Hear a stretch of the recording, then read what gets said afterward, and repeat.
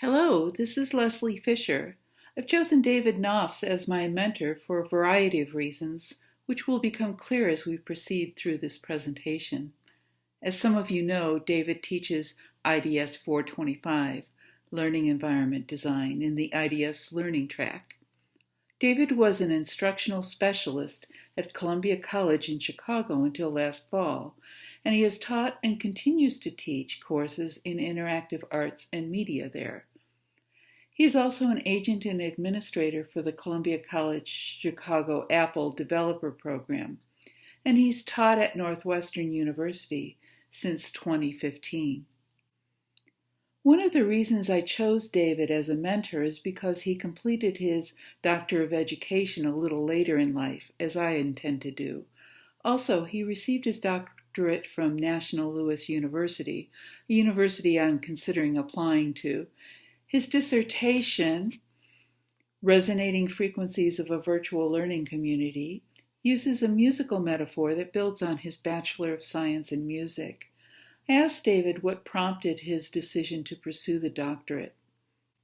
Going in and doing the doctoral program was just a way of kind of almost reaffirming the things that I had learned and believed in. So it was a matter of looking at my practice and saying, okay, I'm going to really, put this down into a document and create a document out of what I do and what I think I know and frame it inside the other research. And of course, in doing so, it led me to other people who were doing, the same sorts of things and which is what research does.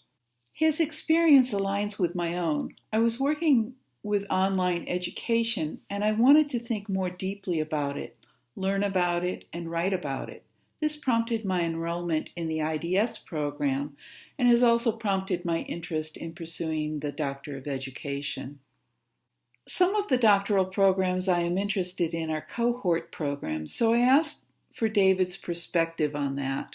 Being in the cohort really pulled you through those critical times. And, but I think realistically, it sounds warm and fuzzy. It wasn't. I can assure you it was not. Mm-hmm. There was a lot more stress, tension, conflict at times. It was a learning experience because you became very, very close with people who were a lot of the time under enormous stress. Everybody was working, people were doing this at the same time. So, like your classes that you teach, classes, particularly when we were working on group projects, it would become extremely stressful. But I think one of the big factors, which is, it's interesting because you were talking about gaming in here, in your materials, was that there was a competitiveness to it. And there was really this sense that, well, if he's going to make it through, if he's on track to make it, I darn well am going to make it, And so it wasn't a bad thing. I think it was a good thing. It made you feel like, well, seriously, I should be able to do this. I hadn't really considered the competitive aspects of a cohort program, particularly working on group projects, so David's perspective has given me much food for thought.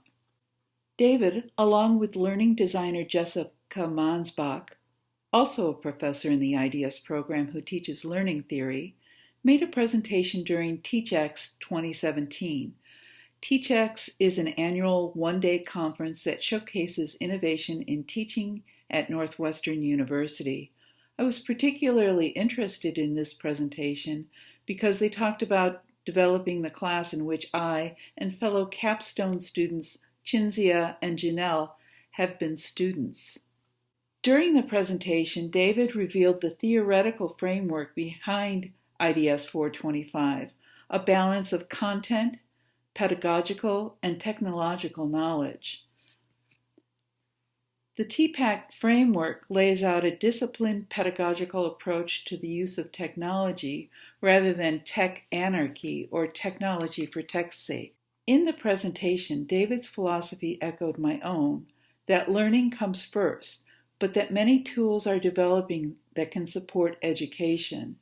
He said, as more reliable and innovative technology tools become available to educators, learning designers and technologists should try to encourage faculty to utilize tools guided by deliberate pedagogy rather than for the sake of just using cool stuff.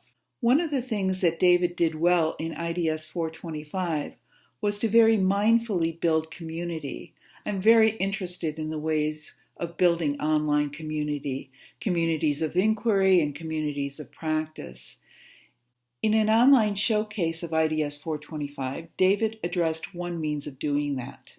During the first week of class, several students posted questions about the coursework to me in a variety of places, including the announcements board, the Ask the Instructor board, and via Canvas direct message.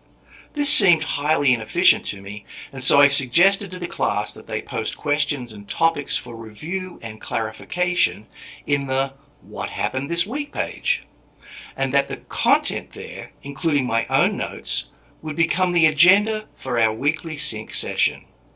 This seemed to not only suit everyone as a central location, but it gave students a sense of control over the weekly sync session discussions, something they respected and valued. The sync sessions had distinct advantages in building community, allowing group spontaneity, creating an environment where things can happen, giving students opportunity for creativity and involvement. It also built upon the weekly recaps.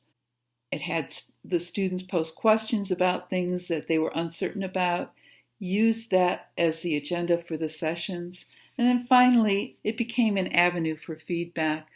So this was a really good model for me because I do teach a lot online, and I think it gave me more of a sense of what a sync session could be. Right now, I am building a faculty community of practice for SPS. So I asked David for some perspective on making such a community viable. People need to feel that it's in their best interest to engage and to invest the time. Discussions with David are always illuminating. The key takeaway from this recent conversation is that there must be a value that invites people into participating in community.